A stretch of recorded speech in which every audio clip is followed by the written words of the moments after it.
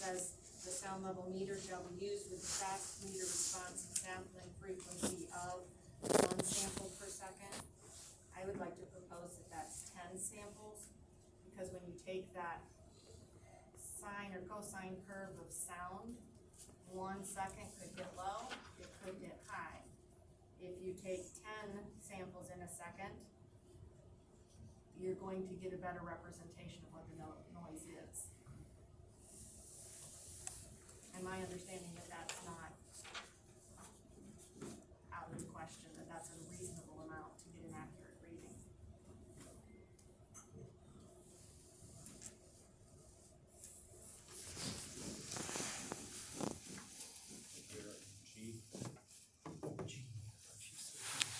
G. I've got down there 1 sample per second and change that to 10.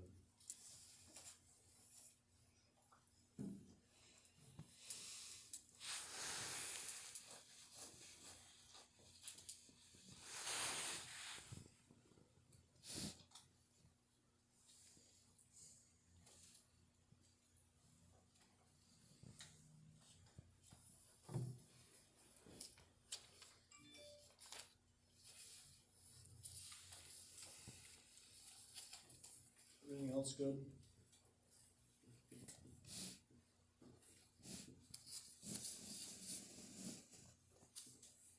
Are Stanton and Bay Townships the only one that responds?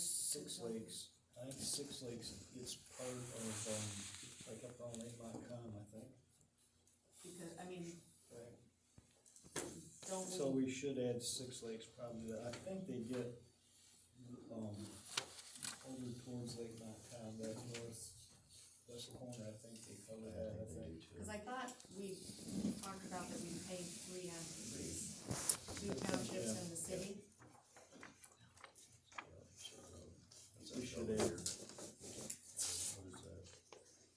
So what's the third one? Bellevue Township, Bellevue Township Fire.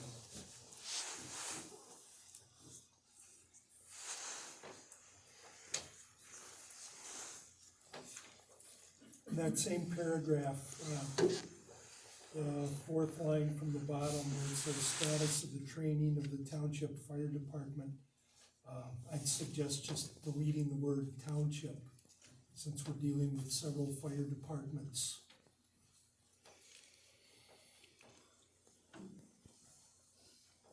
So the status of the training of the township fire departments, actually.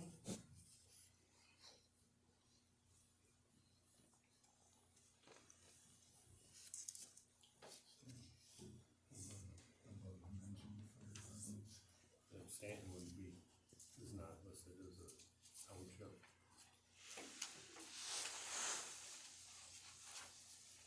Good then?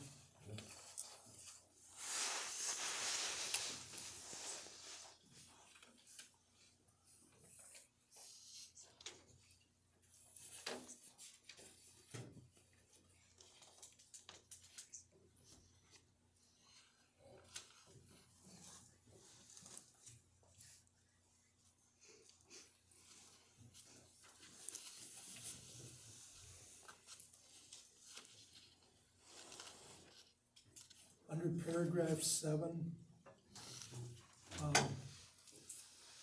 and I have this comment in several places going forward, but in some places we say applicant, some places we say owner. In this case, we say applicant, owner, or operator. It seems to me we want to fix responsibility with one entity, and I would defer to our attorney, but it seems to me the owner ought to be the entity responsible ultimately for any of these items. Is the applicant the owner? Well, If that's, something we goes don't know, bad in all before they cases it sell might it? not be. Because the applicant might apply and get the process going, Then they sell. and they never get to a point to sell it. Exactly. That's why I'm thinking, even if ownership changes, there will be an owner. So the applicant is the owner until they sell it to someone else. Well, not even necessarily. I mean, I've seen situations where the property owner may be the applicant, just for convenience sake. Or, an attorney or a planner applies on behalf of the owner. So applicant doesn't necessarily tie down the responsible party. An owner always would. There would be no question of who the owner is. That's a question for Ron, but I think it would. Well, I think what you'd wanna do is, the requirement to submit the plan is with the applicant. And who they have prepare it, whether it's the applicant themselves, an owner, or some representative, really doesn't matter. It's the person seeking the permit, the applicant, who has to submit it. As a matter of who has to execute it under, paragraph little b, I think it ought to say, the then owner is required to do the following. Cause at that point, the applicant might be long gone. And so, hone in the execution on the owner. So if you would use the word owner, does that cover the applicant during the process of building?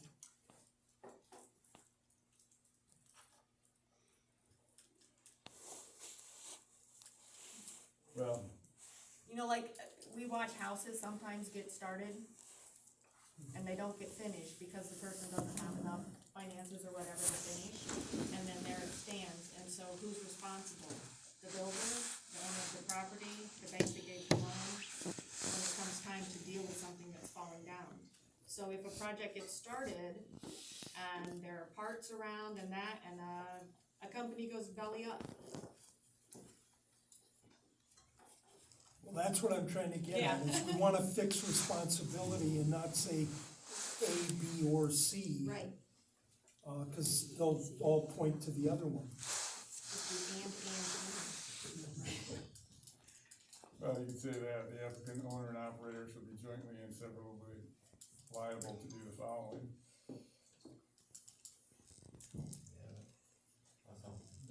Because jointly and severally means you can go after any one of them or all of them together. Works. Yeah, just sort it out. You know, if they need to reach their own contractual arrangements between them to say when this comes up, you're doing it, well, that's fine, that's their business. And you said that's jointly and severably, Severally, like several, yeah, without a B. right. And math doesn't help with those consonants.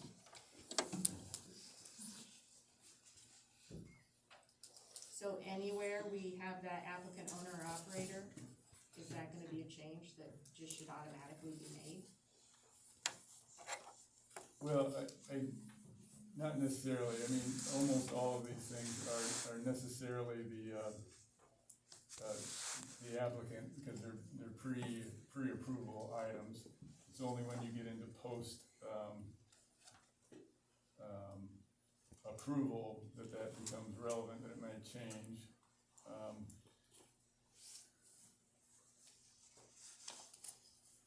It's hard for me to answer without going through every page, but that's something that, Paul and I can look at to make sure there's consistency on that point.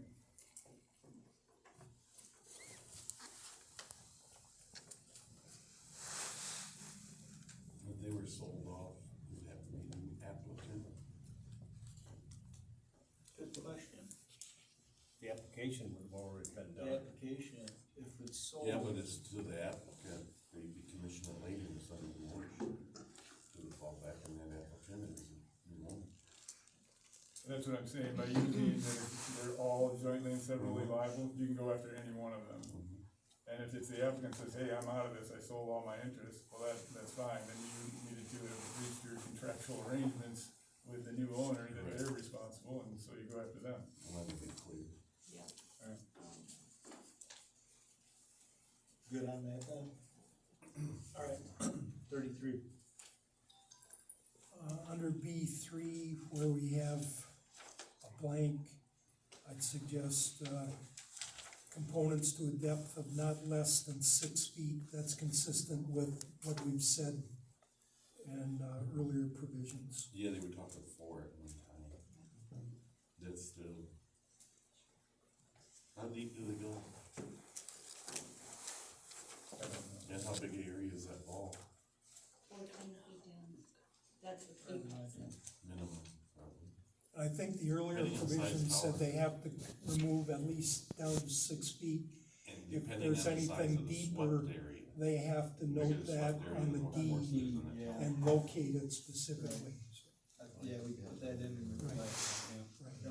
Right. I'm gonna back up just back to 32 on that. Now, this was under decommissioning that we were just talking about on page 32. I just have an example. That's where, I had a cousin that, went to GM, that was management, and so that all the retirement was based on GM stock. Okay, when GM reorganized, GM stock took a dump. And growing up, I always thought GM stock was like gold, right? So, we've got in here that all these different things are responsible for the decommissioning end of this. What happens if they default? I mean, you really gotta make sure you get this part right, because how do you avoid that sort of thing down the road? Well, as I recall, isn't one of the application requirements to have a decommissioning, a performance bond that's approved by the township upfront for that amount? Right, but how do we know that that's gonna be sufficient at that point? Then who's liable for that? The township? Well, If it's not sufficient, we're talking years down the road. Well, it won't be based on a fluctuating value like the stock. It'll be backed by an insurance company or a cash bond or a surety company that's, obligated to pay that debt. But even how does that compare to a bond, like a school does a cash bond? And they have, I know our district, firsthand knowledge, they waited and they were watching, because depending on the day, they said, okay, this is it. That impacted the total amount of money. Yeah, those are kind of a little bit apples and oranges, when you're talking about a performance bond versus financing bonds. A performance bond is something that's backed by a financial entity that you necessarily require that it have some sort of A or A+ rating or something. And the bond is something you call on that if you've shown default, the bonding company is required to pay you that amount to cover your expenses if the township has to decommission itself. In which case, then the bonding company sues whoever took out the bond to recover that amount. But there's no fluctuating value. It's not a bond in the same sense that, like you say with school bonds, they pick and choose at what times they purchase and whatnot, interest rates and whatnot. That's not what a performance bond does. A performance bond is a sum of certain amount that you require them to get, that when the township submits a statement to them saying, hey, they breached their decommissioning obligations, we're calling the bond, they're then required to pay it over to the township, so the township can pay for the decommissioning itself. I can see a problem, with putting a floor value, of like right now, let's say there's a turbine there and they say it's gonna cost $1 million to decommission it. Well, $1 million today and $1 million 10 years down the road is gonna be two different things. Paragraph So- 7 covers that. Paragraph We 7. require that the value be updated yeah. every 5 years. That's what I was gonna, Yep. that's what I was gonna say, it should be updated every 5 or 10 years or something like that, the value of what that bond should be, okay. All right. Originally, we had, where it ultimately, instead of going back on the township, would go back as a lien against the property itself. That was stricken. I mean, there's just gotta be a fail-safe so that the township is protected. That bond is like an insurance policy, right? Right.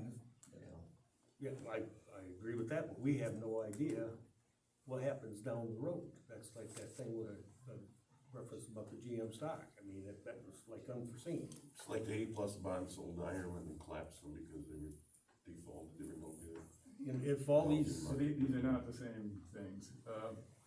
I'm just saying, if all these wind towers decide something else becomes efficient and they're all of a sudden obsolete, and DT is looking at decommissioning however many in the state, they could just go, oh, we're gonna reorganize and default on us. Well, they may, but that, the performance bond protects you from that, because it is an independent third-party guarantee company who is obligated to pay that amount to the township if, But what if we're $700,000 short? What if, I mean, due to unforeseen whatever? well, Then that's why. it, then it goes back on the township? No, that's why you get to review this every 5 years and update the amount and increase the amount of financial security. And you're not just picking a number, there's a process by which you're selecting an engineer who's gonna tell you what the value is and add a safety factor, 10% on it. Okay, but like the depression, when that hit, they didn't have 5 years to, they might have looked at that 4 years prior and boom, you know, I'm just saying. We don't really have a safety net, I don't feel there. I like the part that says, and be in the form of cash deposit.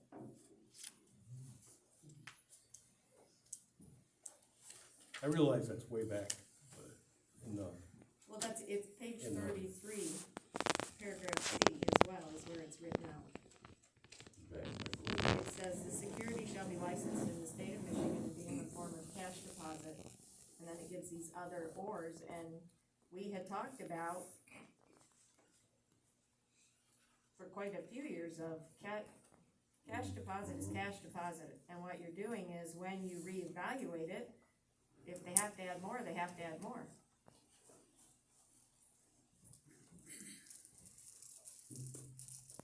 Well, I would, I guess my only comment is sure cash is the greatest security, but it would be rather unconventional and unusual to not allow these other forms of security that are generally recognized as being reliable sources. But you could do it. That's a question, not what normal, what can you do? There you go. That's what I said. Yeah. Back my- Jack said it. The dollar back my gold. Whether that could Gold be bonds challenged, too. whether that could be challenged as unreasonable is the question, given that there's comparable forms of security that are equivalent, or nearly equivalent. I think that's, something that could be deemed unreasonable to, eliminate those other options. I can't point to a case that says that, I'm just giving you my opinion that, those are generally recognized as sufficient forms of security, and it would be odd not to allow them. And that's, I understand that, but there is that part of us here that we are living in a time when a lot of things that used to be the norm are being destroyed, thrown away, you can't count on it, you don't know which way it's gonna go.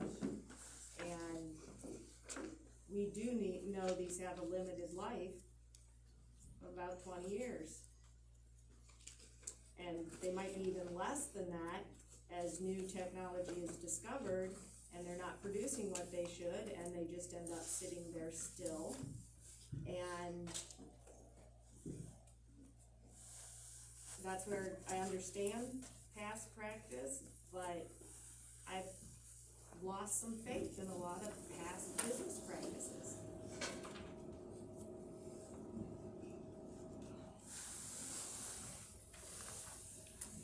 Alright, all I can tell you is I never been in a situation where, performance bonds, failed in terms of not being a reliable source of executing on somebody's failure to perform. So, if it's gonna cost $1 million to decommission it, we could say you've gotta have $2 million worth of bonds. We should be good for 5 years, and then we can reevaluate it and say $4 million after that, or would that not be a good The practice? ordinance doesn't give you quite that much discretion. discretion. The subsequent provisions call for two independent, quotes, that are obtained by the planning commission and approved by the board, plus 10%. So it allows you to get two quotes on, the amount of the decommissioning, add 10% to it, and make that the amount. We Then could you get change your- it, we could change it 10% though, You could. so we can do 50% now. Well, again, the further you go, the more the chance that somebody could claim that's unreasonable. There's some discretion there, yes. That must be industry standard, 10%. When you work with engineers, that's typically the factor they put onto their calculations, as the recognized fudge factor in the industry. At any point, then can we change our mind if there are issues with, irrevocable bank letters of credit or bonds, that we say, time to make cash? That becomes more difficult to defend in that you've gotten somebody who's gotten a permit in reliance on the understanding that they're not gonna have to put up $2 million, and then all of a sudden, that changes a lot if you midstream and require them to do that, so. Didn't say you couldn't use cash. Well, I was gonna say, if we left it up and It's just not the norm. didn't up it to 50% or whatever, we just want cash. Maybe we need to find out about that for sure, before you decide. Well, you might have a little more That's a flexibility sensible when it thing to comes to Besides the one person's 5-year opinion. adjustment. Because one thing I've noted here, we have a conflict. Paragraph 7 says, the 5-year adjustment shall be based on the cost or rate of inflation. But then, paragraph, C1 says that the 5-year adjustment is 1.5 times the consumer price index for each year. So we've got to reconcile those and make sure we're consistent. Is 7 before 1 or after? Are you flipping after to look at the number 7 you're talking about? 7 is preceding the other paragraphs. 7 says, provision requiring the applicant, owner, operator, to update the value of decommissioning bond or surety on a 5-year basis based on the cost of inflation. And then on the next page, or maybe the bottom of this page, number 1 toward the bottom says, security guarantee shall be updated every 5 years at the rate of 1.5 times CPI, consumer price index, for each year. So it seems like that one would be the greater, potentially the greater increase. But you're not set to 5 years, you could do 4 years, right? Well, that's the other point of flexibility you have here. You could reduce the number of years it has to be reviewed, and you could increase the percentage of contingency on it. You'd be better off to do that than you would. They're gonna put a maximum on the percentage it can be increased, though, you can't say, I would think you'd I'm want gonna increase it 100%. every 2 years. Yeah, they're probably not gonna. No, they wouldn't let. Well, I mean, it does have to be based on some reality. Exactly. Would it be out of the norm to say every 2 years to review it? No, Just because the political factor that goes into the finance and the economy and like that, I would think after each election it should be. So I would think every 2 years it should be reviewed, myself, that's just my opinion. would you feel better with 2 years and a 20% contingency? Yeah. I think we need some sort of safeguard there. If we shorter tying the land back into it. 2 years and 20% contingency. Well, it's still there, isn't it? We're defining what about it. What would you do with it? It's not gonna happen in 5 years, so. That's the township, you know, it's around 34. And then go with as long as the ones We're on page 34 then? Okay, so you changed it to 20% and 2 years. Correct.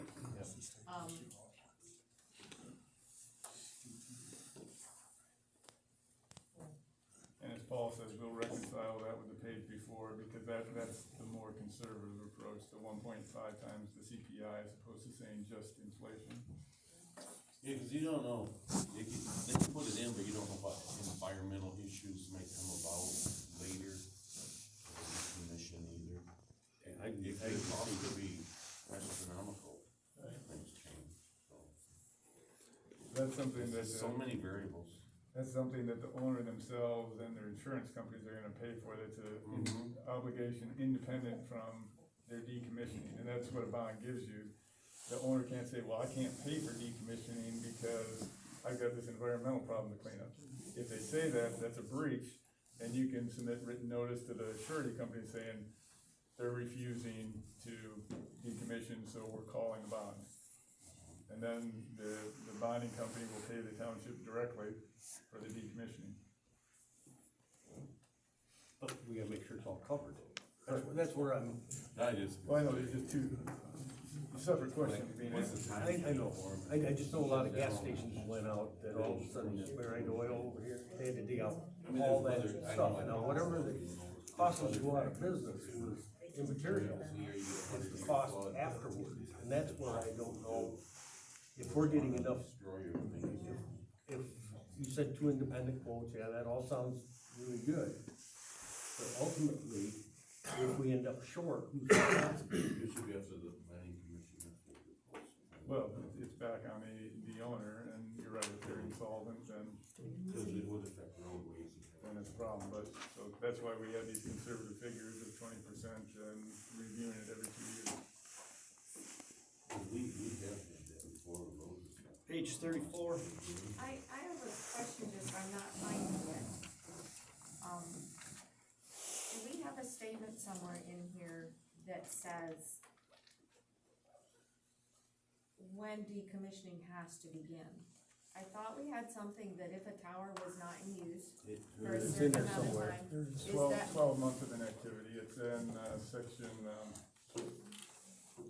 I've got Paul's same version, it doesn't have the same, but it's under section 8, decommissioning, subsection 6, or 8A6, excuse me. And for what length of period? how long do they have to get it out once it's deemed that it needs to be decommissioned?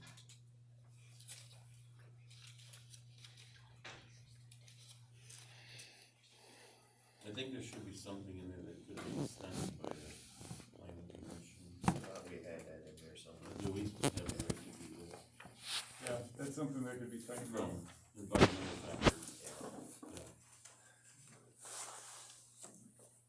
I agree, that's something that could be tightened up, that 12 months is the standard that constitutes effectively non-use and requires decommissioning, but there's not really firm language that says within that point, you gotta start and complete decommissioning within this amount of time, and that's something Paul can work on. So we need to add deadline dates. Yeah, that needs to be refined. But we should have the option to extend it for them also.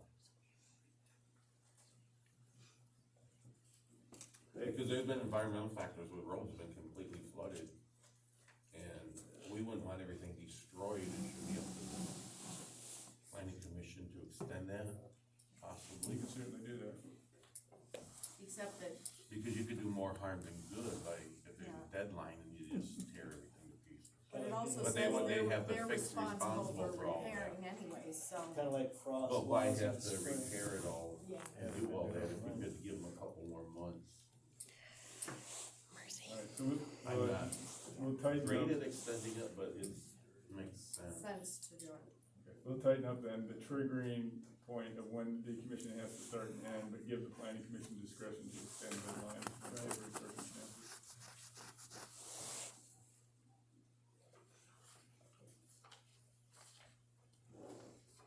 No, we should be off to page 34, if I'm not mistaken.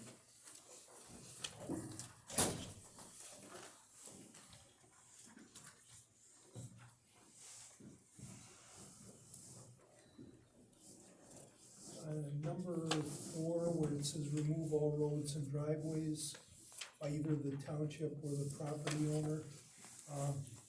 Township really should be road commission, because you don't own any of your roads. Page 33, back on 33. Back on 33, thank you. You're in the- I'm on 34. This should be road commission. Yeah. Move over. rather than Accepted town. for use by either the road commission or the property owner.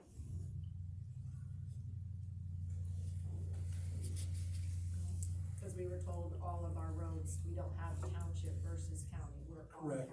They're all county roads.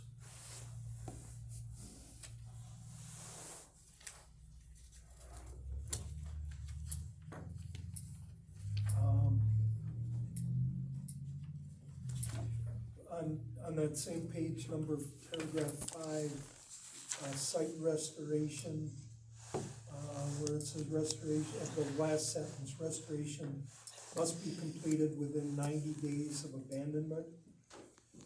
I would suggest adding similar language to what Ron just mentioned, that the planning commission may extend that time, because I it think happens so. in winter, 90 days isn't gonna work. Or in the spring of the year. Yeah, Correct, yeah. I fully agree. Could you add, but not to be more than 1 year? sure, that's reasonable.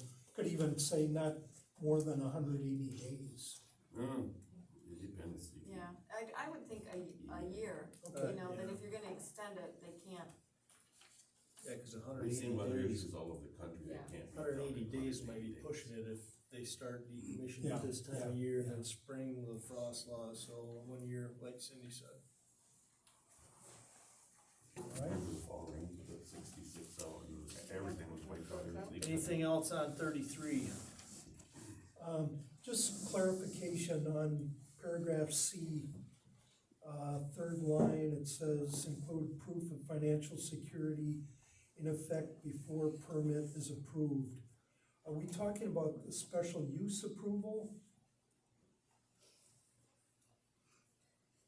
no, I think we're talking about that they at least have someone who would very likely say, yeah, we can cover you for 1.5 million per turbine, if that's the case. Kind of like being pre-approved for a bank loan or a house. Well, it said proof of financial security in effect before